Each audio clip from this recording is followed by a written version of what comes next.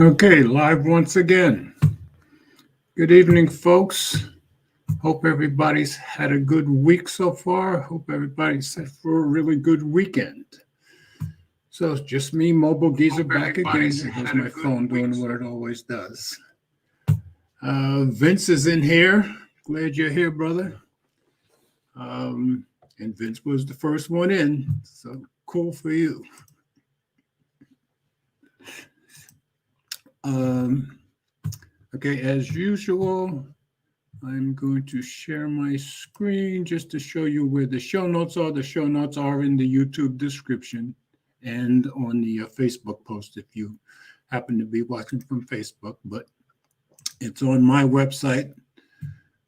Let me remove that blocking thing. Let's see.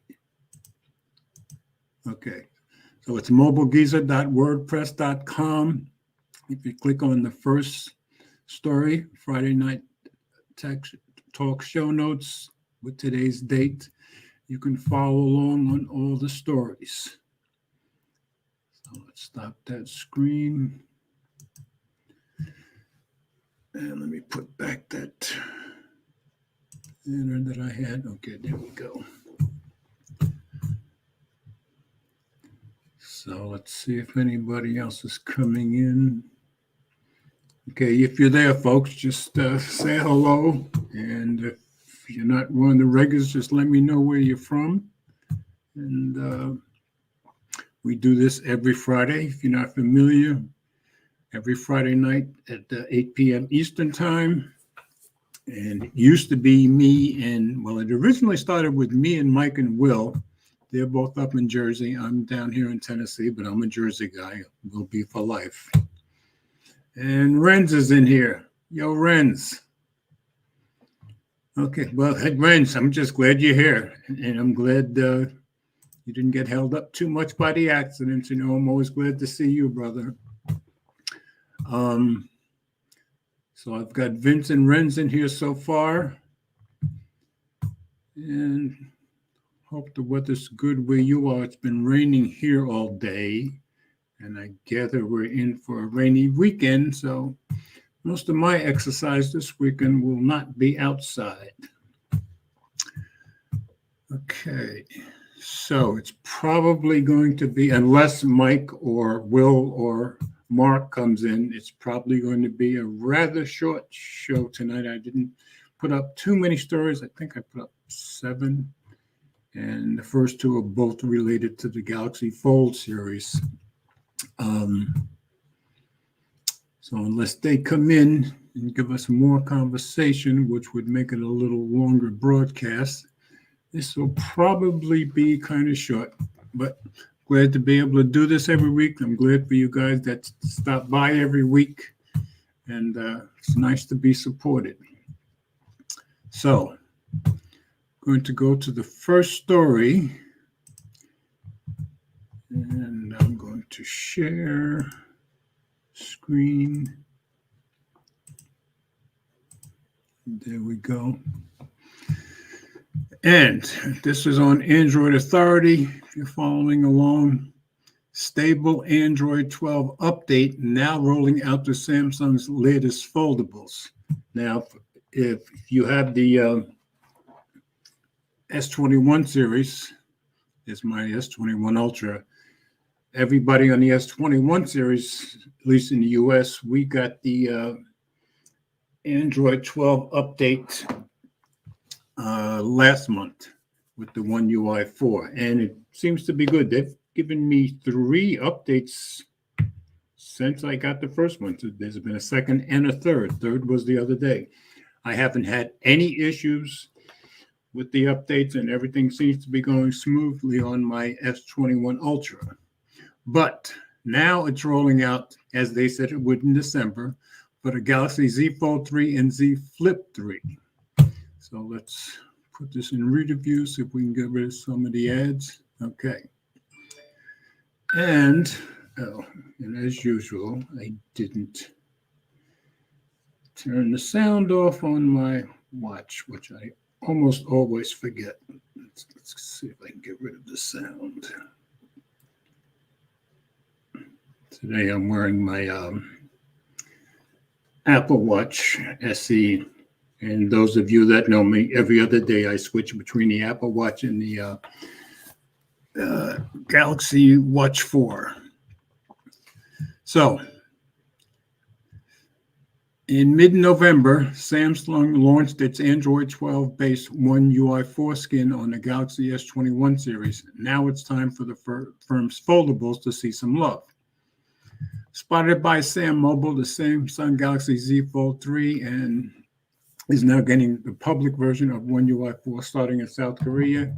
The Galaxy Z Flip 3, right here, is also receiving its update, reportedly starting with users in Serbia. The rollout comes after the Galaxy Z Fold 3 and Galaxy Z Flip 3 received their first beta builds at the end of October. It soon rolled out to the US in early November. Although the stable update doesn't seem widely available right now, this was a couple of days ago, Samsung's release calendar suggests the update should gain widespread availability within the month. So, of course, I started looking for it on my Z Flip 3. One UI 4 brings several optimizations to the foldables, including Android 12's color palette support, new widgets, and plenty of additional features. If you own either foldable, you can check if the update's available for you by heading to Settings Software Update. If there's a patch pending, hit download and install or download now to begin the update process. So I had been doing that for a couple of days. And of course, I want to get Android 12 on my Z Flip 3 also. And I've been loving Android 12 on my Pixel 5 and on my Galaxy S21 Ultra, and of course on my Pixel 6 Pro. So, but let's go to the next story, and I'll show you what stopped me from even looking. Stop screen here. And related story. This came out about a day later. Share screen. Okay. This was from Sam Mobile. Android 12 causing serious issues for some Galaxy Z Fold 3 and Z Flip 3 owners. So at that point, I stopped looking. So let's go into this. Let's see who wrote this. Well, it doesn't. By Asif S. Okay, Asif S. So let's go into reader mode. Okay. So this was updated 2 days ago.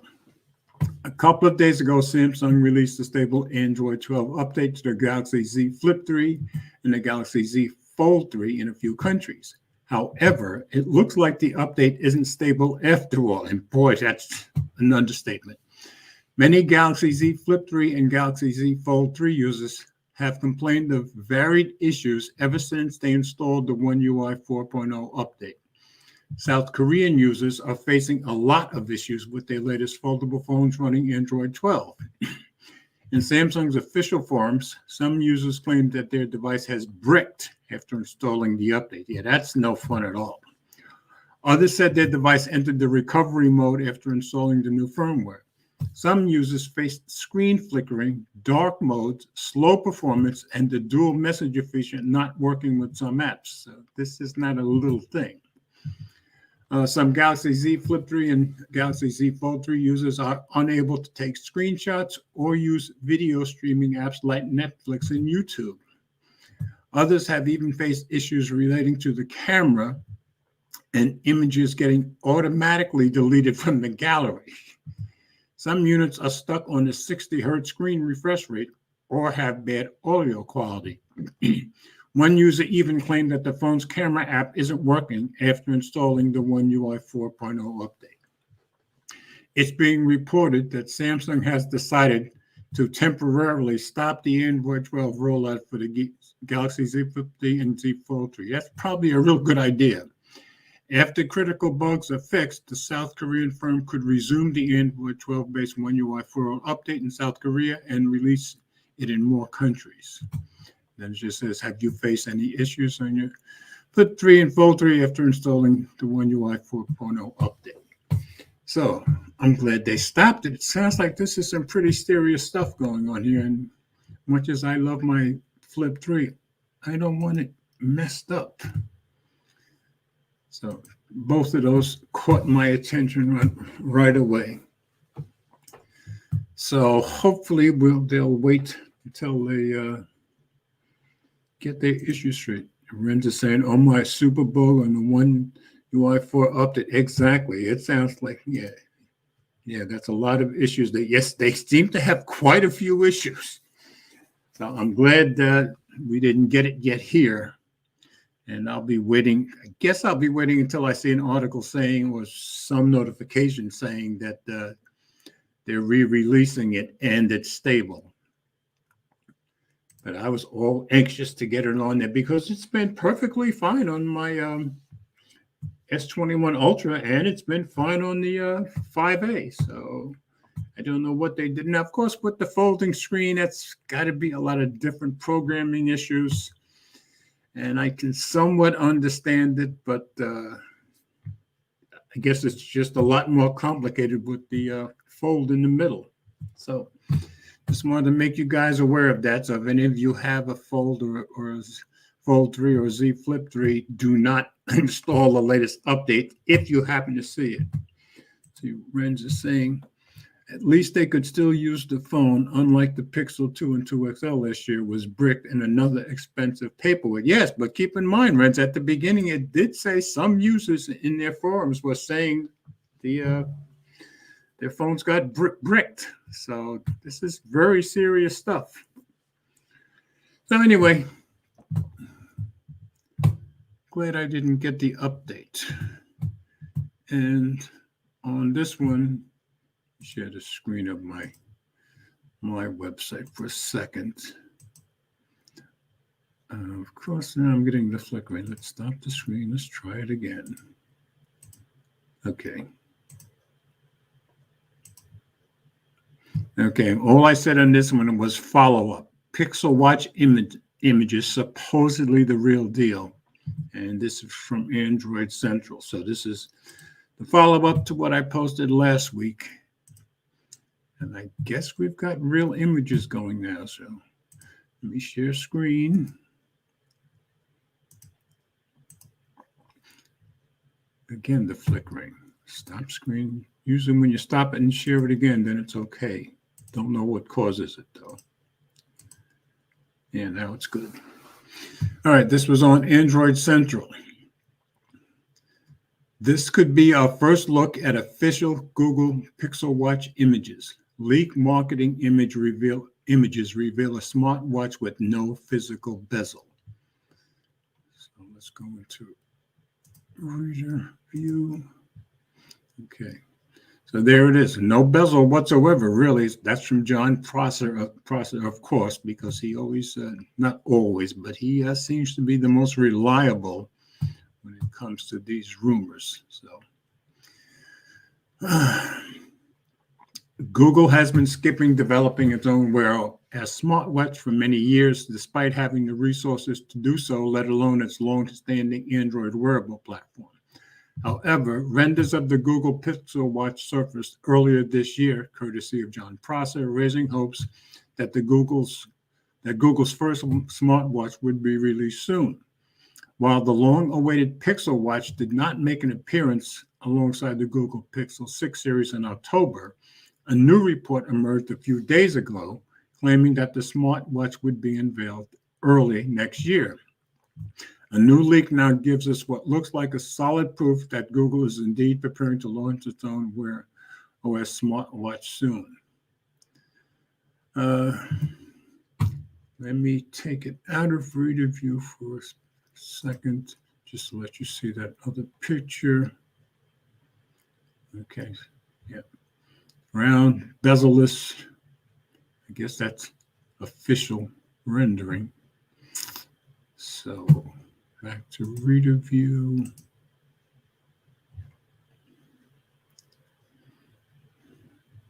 So John, see, sometimes it comes up with the picture in reader view. The first time it didn't. It's very strange. John Prosser has revealed what appear to be official marketing images of the Pixel Watch, which corroborate previous rumors about its design. The marketing images show a round watch body with no bezel. It will also most likely have standard health tracking capabilities as well as proprietary bands. I don't like the proprietary bands, but I'll take it, I guess. So they have more watch images below. They said it's also possible that the smartwatch will run Google's Wear OS 3, a version of the platform created in collaboration with Samsung. Only Samsung's best Android smartwatches, the Galaxy Watch 4 series, currently support Wear OS 3, and I'm loving it on my Watch 4 Classic. That said, Wear OS 3 is expected to arrive on more wearables in the middle of 2022, including the Fossil Gen 6 models and selected Movoy TicWatch smartwatches. In light of the most recent leak, the Pixel Watch appears to be a worthy addition to that list. The watch is expected to be released in the first quarter of 2022 ahead of the scheduled Wear OS 3 rollout to more smartwatches.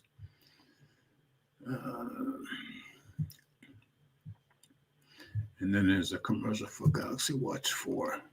I am loving my Galaxy Watch 4. So I guess we can still be excited about that.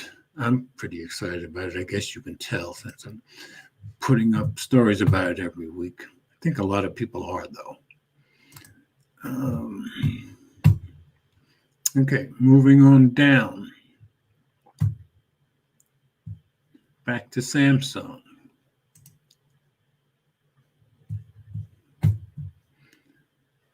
And for those who were still wondering, like what many of us are, if there's going to be an S21 FE, Sam Mobile again, Galaxy S21 FE firmware are here, and it runs Android 12. That's by Adam F. So let's go into reader view. And this was from 2 days ago also. The Galaxy S21 FE is Samsung's worst kept secret this year. It was originally supposed to be released in 2021, but that's not going to happen. Samsung is now expected to release the device early next year. There's no reason to believe that the Galaxy S21 FE won't be launched. Ample evidence has surfaced to support its impending arrival. We now have the Galaxy S21 FE firmware available as well, and surprise, it runs Android 12 out of the box. Well, yes, since it's not releasing until technically next year. This is certainly great news for anybody waiting to buy the Galaxy S21 FE. They will be able to experience the latest version of Android on the device in addition to One UI 4.0, the latest iteration of Samsung's custom SIM. I hope it's better than it is on the folds. This is not the only benefit they will get, though. The Galaxy S21 FE will understandably be on the list of Samsung phones that gets 3 OS upgrades.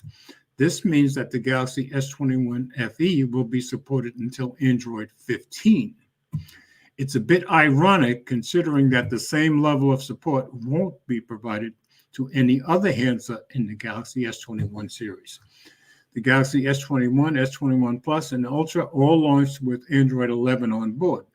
They have only just received the Android 12 update, and despite being confirmed to receive 3 OS upgrades, they'll only be supported until Android 14. And that makes sense. I mean, they came out early this year. 21 FE won't be coming out till early next year. So it kind of makes sense. That's one of the ways that customers can justify buying the Galaxy S21 FE. It needs every bit of help it can get anyway, launching so close to the Galaxy S22 lineup as it is. You could head over to our firmware section to check out the Galaxy S21 FE firmware we have available. It won't be of much use until a handset actually comes out, though. So, gather the FE is still on the way. I guess it's going to come out next month. So we shall see. But a lot of people love the S20 FE, so a lot of people were waiting for it. But yeah, it's coming out very close to the 22. Let's see. And I know you're at work, friends. That's fine. I'm glad you're still here. After opening the new S21 FE out of the box, bugs coming out already. So are you saying you already have a S21 FE? I'm not getting it. I think I'll buy the S20 FE because the price will come down. Or maybe you're saying that the bugs will be there because of the bugs that's on the folds. I'm not quite. Just clear that up for me. But yeah, you're probably right about the price. I mean, the S20 FE. Okay, yeah, he says, I don't have the S. It's just a joke. Okay. Old man didn't get it. Okay. Yeah, I just hope it's better than what's happening with the false, but I would think it would be. But the next story does point out some things between that and the S22. So let's share that.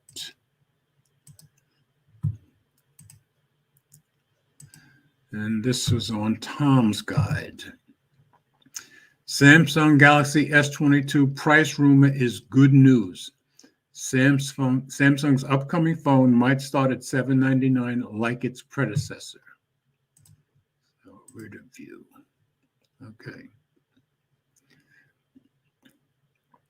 As we start looking forward to 2022, our attention is shifting to Samsung and a Galaxy S22. Rumor has it that Samsung's latest flagship will launch in early February, bringing the new Qualcomm Snapdragon 8 Gen 1 chip to a large portion of the U.S. market. You just don't want that always-on function. But a new report from Sam Mobile claims that Samsung aims to keep the Galaxy S22 starting price at the same $799 that the Galaxy S21 debuted at earlier this spring. That's very good. That's an admirable goal because for $799, the Galaxy S21 is a stellar device. Although the OnePlus 9 and Pixel 6 both cost less, the S21 remains a great value even before you factor in carrier and trade-in deals, which you can get fantastic deals, that's for sure. Sam Mobile didn't specify if the Galaxy S22 Plus or Pro, or Ultra Plus or Pro, they're not sure which, or S22 Ultra will also keep the same prices as their S21 counterparts, $999 and $1199 respectively. I hope so. We find it hard to imagine Samsung raising the price on the middle child, but with all of the rumored features coming to the Galaxy S22 Ultra, the top-tier phone could cost a bit more than this year. I guess they meant could cost a bit more this year. Of course, if the Galaxy S22 sticks to the $799 price point this report claims, then that leaves the Galaxy S21 FE in a strange spot, and that's true. Rumors suggest that the budget flagship will cost $699, just $100 less than the newer and arguably better Galaxy S22. Yeah, they're in a dilemma with that. We've spoken at length about how Samsung should have dropped the Galaxy S21 FE price from its plans months ago, but the Korean phone maker has pushed ahead, likely hoping to capitalize on the goodwill that the Galaxy S20 FE built, which is true. A lot of people pick that phone as the phone of the year. Remember, however, that the S20 FE came out at hundreds less than the base model Galaxy S20 in 2020. A $599 price for the S21 FE would make more sense. That's true, because they had dropped the price from the base S21. So they probably should drop down to $599 for the S21 FE, especially with it coming out so close. With the Galaxy S21 series aggressive price cuts, remember the phone debuted at $200 less than the Galaxy S20's original price. That's right. The Galaxy S21 FE could be a tough sell. The Galaxy S21 already came in a plastic body to cut cost. That's true. So that leaves the question of what else Samsung would cut for the FE version. Yep. We imagine the total RAM might get knocked down to 6 gigabytes, but that leaves little else that wouldn't compromise on the phone's overall quality. Very good point. Right now, we believe that Samsung will announce the Galaxy S21 FE at CES 2022 in January and the Galaxy S22 in early February. The highlight of the latter is, of course, the new Snapdragon 8 Gen 1, which we have yet to get our hands on. That's not to mention the rumored Galaxy Notified, I like that, Notified, Galaxy S22 Ultra, which might include a built-in S Pen like the retired Galaxy Note series. Good point. So, yeah, I think they're going to have a tough, if they're going to sell that at $699, they're going to have a tough sell with the S22 coming in at $799. So, very interesting stuff here. Yeah, the fact that they waited so late to get it out there. And of course, it isn't out there yet, but we're assuming next month it'll be out. If I were you or anybody else, I would wait for the S22 for a month. So it makes more sense to me. Let's see what is Ren saying. But the new Huawei P50 Pro will be coming to the Philippines, and I think I'll buy that instead of it. Has the SD888 4G in it. Oh, it's got the 4G. Okay, not the 5G. Okay.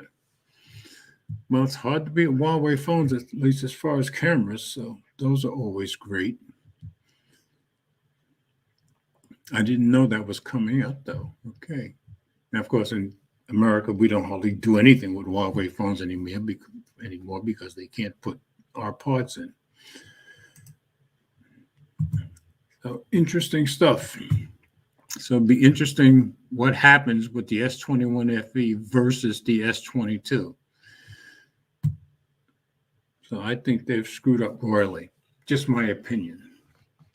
And of course, I didn't get the S20 FE, which I would have, but I also already had the S20 at the time. Eleanor's oldest daughter got the 20 FE, and she liked it, but she had always been an Apple person. So she's still saying I should have gotten the iPhone. So, but I think it's a really good phone, and hopefully so will the S21 be. But I still think it's a tough sell at that price. So let's see. Okay, I already saw that. So that's all the Samsung news that I've got for this week. Yeah, the show is going by very quickly, but nothing I can do about that. I don't think there's anybody else in here. No, okay.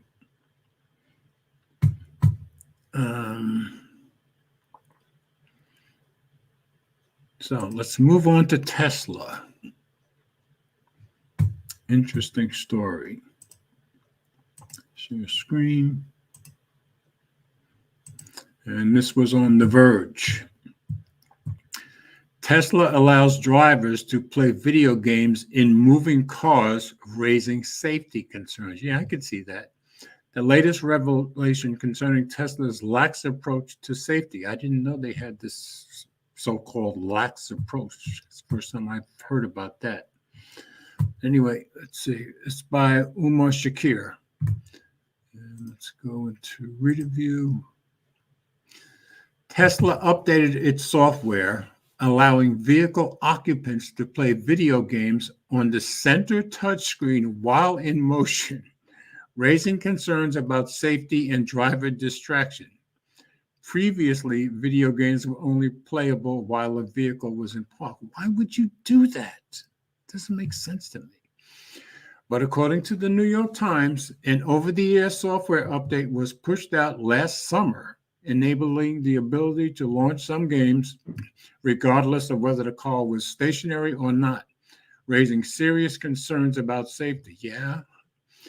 The Verge confirmed in a Tesla Model 3 that Skyforce Reload, Solitaire, and the Battle of Polytopia are playable on the center's touchscreen while the vehicle is in motion. A notification asked the player to confirm that they aren't the driver before launching the game, but the message is hardly a deterrent. A driver could easily tap, "I am a passenger," and play a complex action game like Skyforce while in motion. This is a really bad idea. Would a Tesla owner lie about being a passenger? I don't know. Some interactive apps in the car worked in motion even before the update, including the drawing pad and the karaoke mode in music, which also warns the driver not to participate. Yeah, I'm a guy who's done a lot of karaoke. Probably a good idea not trying to read those lyrics while you're driving. The Model 3 owner told the Times that he had filed a complaint to the NHTSA upon discovery of the games being playable while driving his car. That complaint won't be a first. Tesla currently has 59 complaints from owners regarding the Model 3. Didn't know about that. A spokesperson for NHTSA told Reuters that it was discussing the issue of playable video games and moving cars with the company. Distraction-affected crashes are a concern. Yeah, I guess so. Particularly in vehicles equipped with an array of convenience technologies such as entertainment screen, the spokesperson told Reuters. We are aware of driver concerns and are discussing the feature with the manufacturer. Tesla has a reputation for regularly skirting safety rules. That I did not know, and ignoring regulator recommendations for improvements. The company offers a version of its Level 2 advanced driver assist system called Full Self-Driving, which does not make its vehicles autonomous and requires drivers to stay vigilant while in use. The U.S. government has taken a renewed interest in Tesla, recently announcing that it was investigating incidents involving Tesla cars operating autopilot that have crashed into parked emergency vehicles. Glad it's just parked emergency vehicles, which is bad enough. NHTSA is also seeking more information from Tesla about the growing public beta test of FSD, the recently launched safety score evaluation process for entering the program, and the non-disclosure agreements Tesla was making participants sign up until recently. So if you're going to use the safety score, they don't want you to tell people. Okay. Yeah, that's one of the games that Billy lost the game while driving a better way, like Cat Quest. Block. Okay, so this game wouldn't allow you to play while a car was moving. Okay. Touchscreens in vehicles are quickly becoming the norm as manufacturers continue to remove tactile buttons and knobs from their vehicles. Many vehicles are becoming more dangerous as a result. According to a 2019 study, drivers can get distracted and look away from the road for up to 40 seconds per day. That's a long time to be looking away from the road, especially if you're on a highway. That is a long time. Tesla has pioneered the use of over-the-air software updates in the auto industry, using smartphone-style updates to add features like improved driver assistance to silly Easter eggs, like James Bond mode to its electric vehicles. The company has also rolled out a whole suite of video games it calls Tesla Arcade. We tried it on a Model 3 back in 2019. Tesla has started using an interior camera to monitor drivers for its full self-driving beta program, which allows drivers to use automatic steering, lane keeping, and adaptive cruise control on local non-highway streets. Okay, but the vast majority of Tesla vehicles do not use any cameras to track driver eye movements to ensure they are keeping their attention on the road. Yeah, that would probably be a good idea. Okay. Let's see. Oh, okay. Let's see. Ren sent me something in Twitter. Let me go check that, Ren's. Let's see.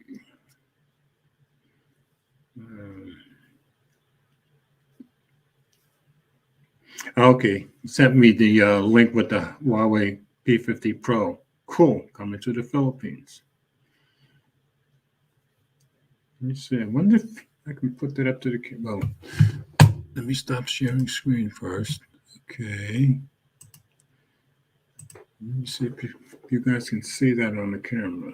Yeah. Can I get that in focus? Yeah, there it is. Huawei P50 Pro coming to the Philippines. Cool. Thanks, Renz. Okay.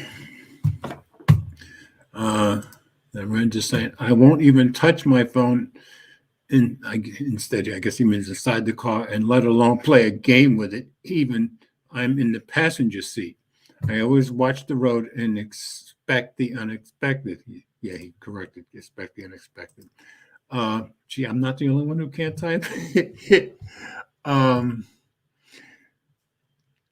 Now, so even when you're in the passenger seat, you watch the road. Now, see, for me, that's an issue because I've spent, what do I have right now? I have about 25 or 26 years driving for a living because I did it before I became a programmer for 17 years. And then I've been doing it for the last 6 years, almost 6 years with Enterprise.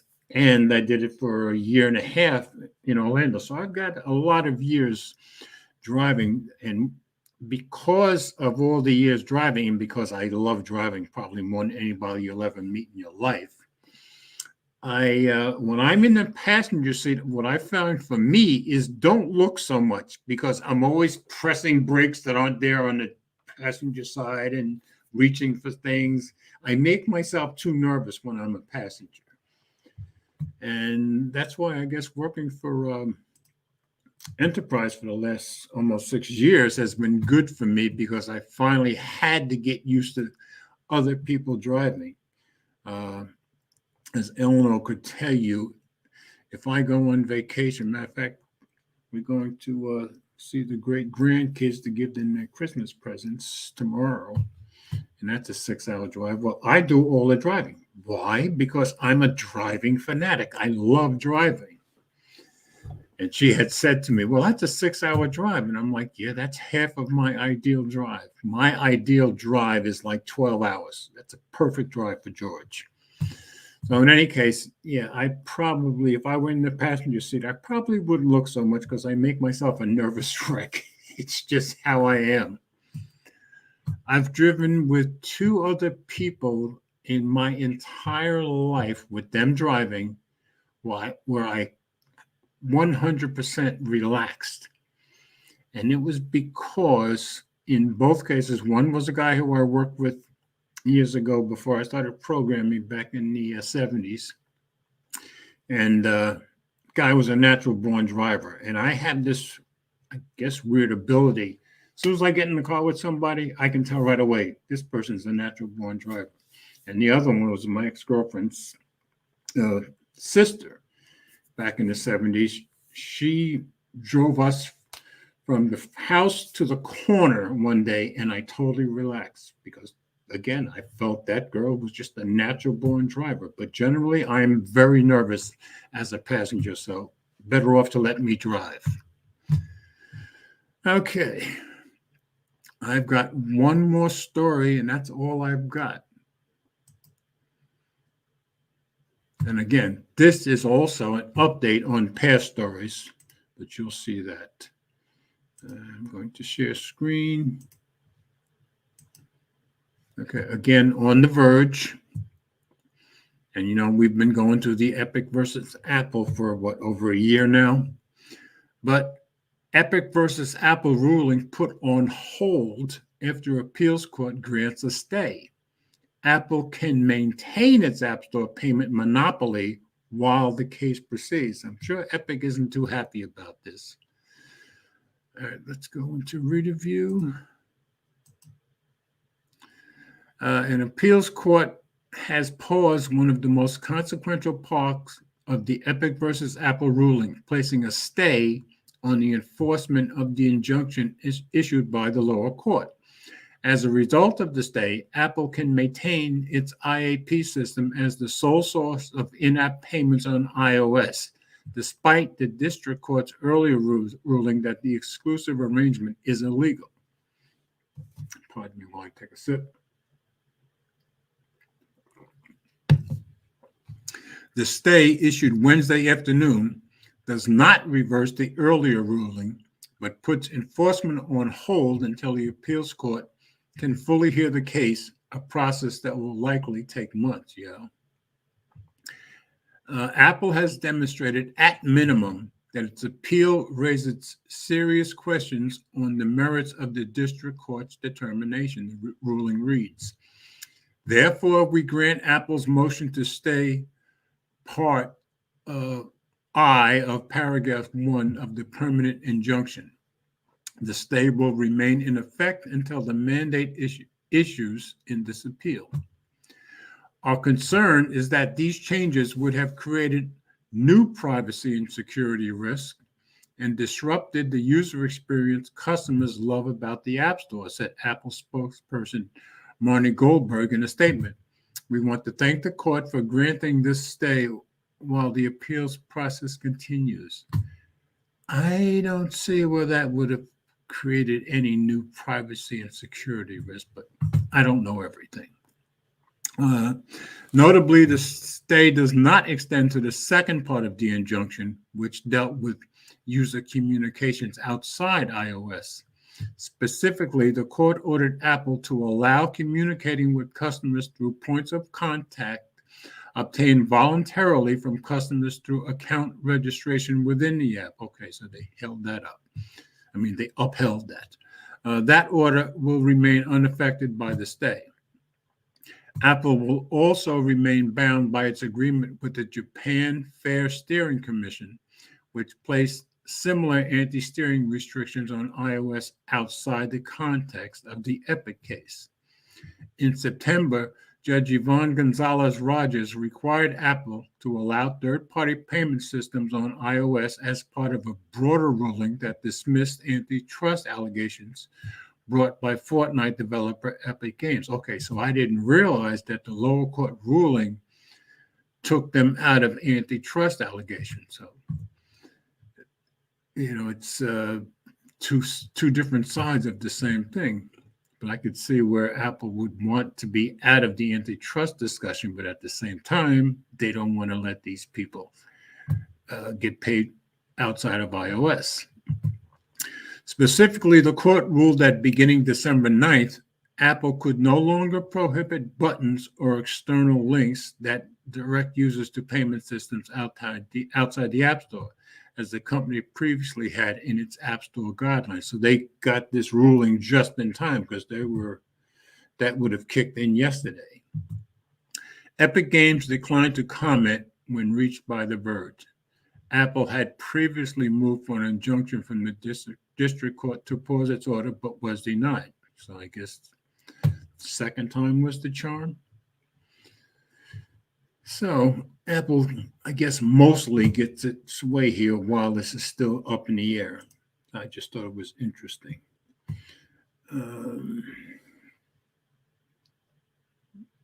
Let's see.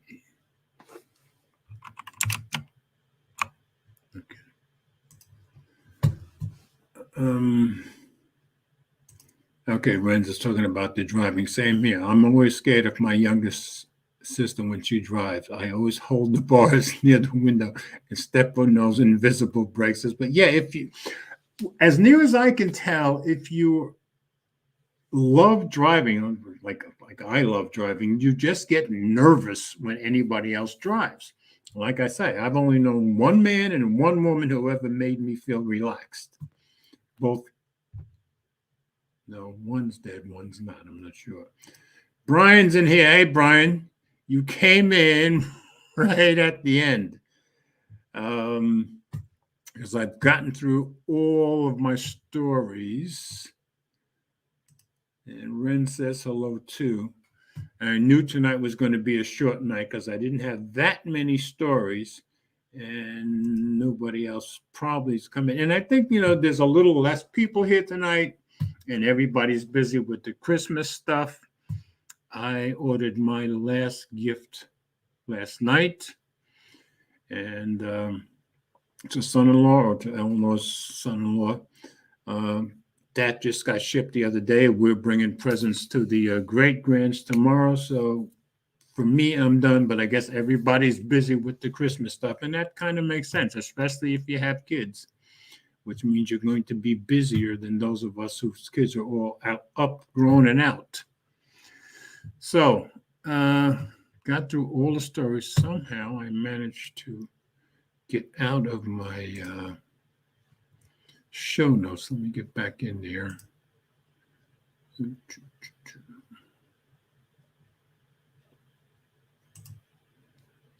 Okay. And of course, Brian, you know the show notes are in the description, but I'll just give you an idea of what we talked about tonight.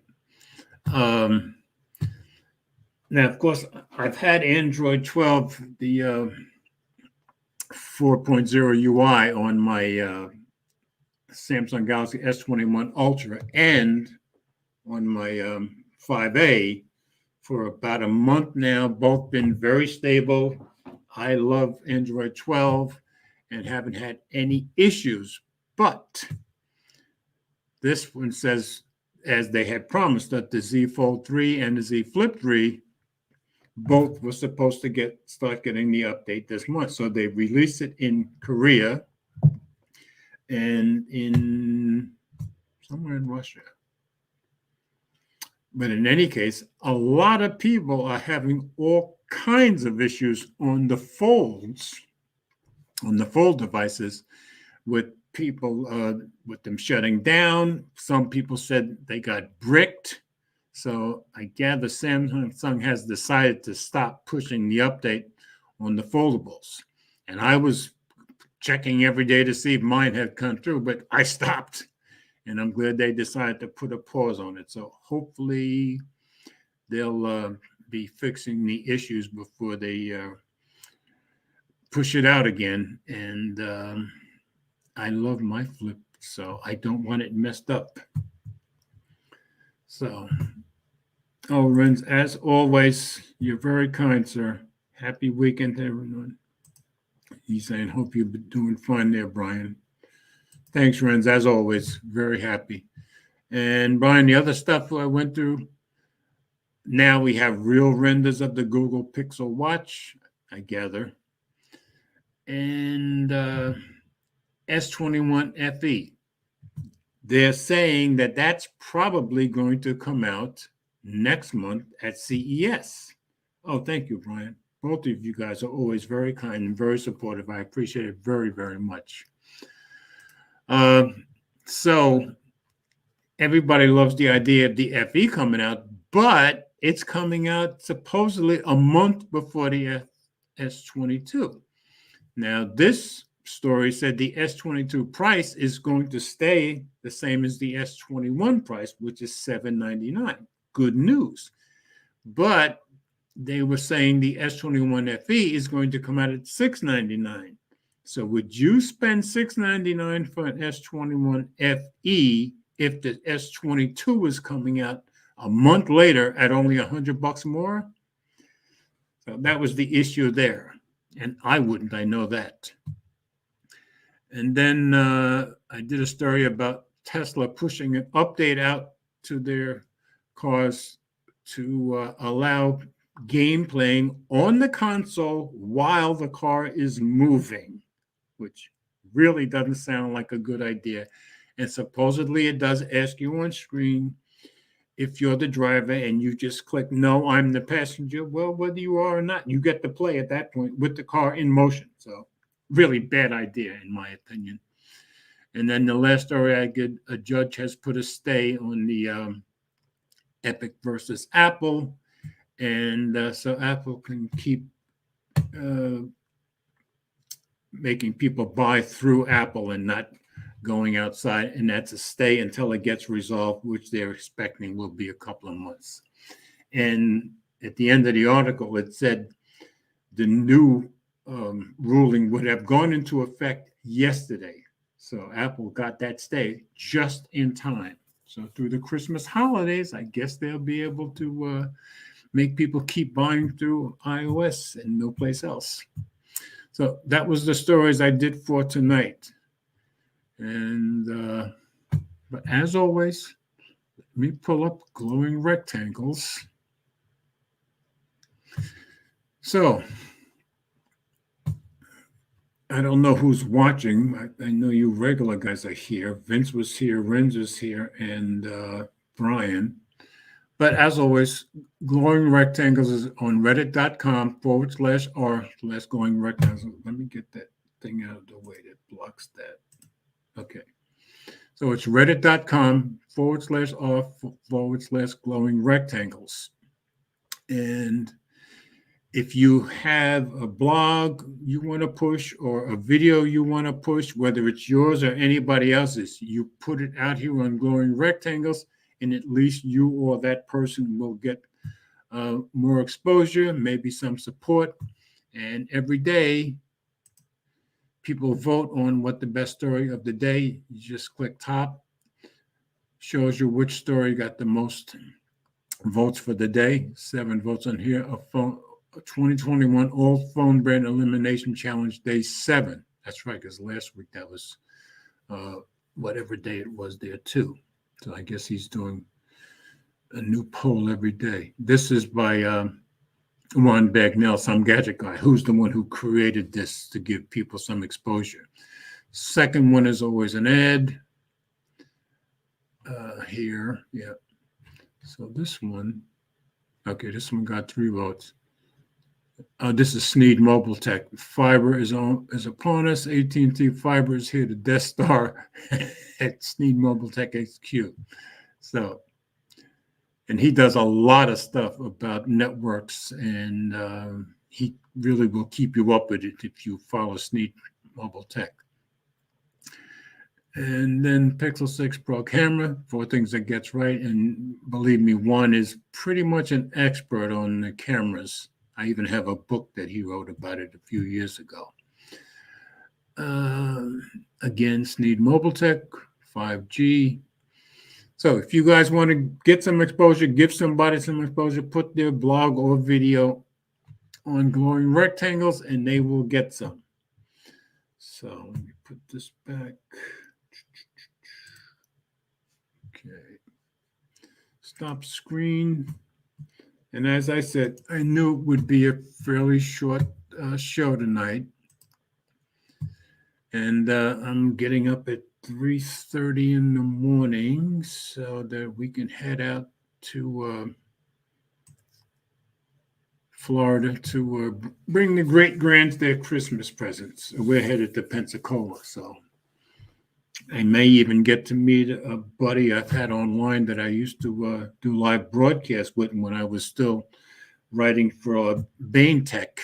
And we used to do a live broadcast every week. And he lives in Pensacola, so maybe we'll get together for breakfast on Sunday. So we'll see how that goes.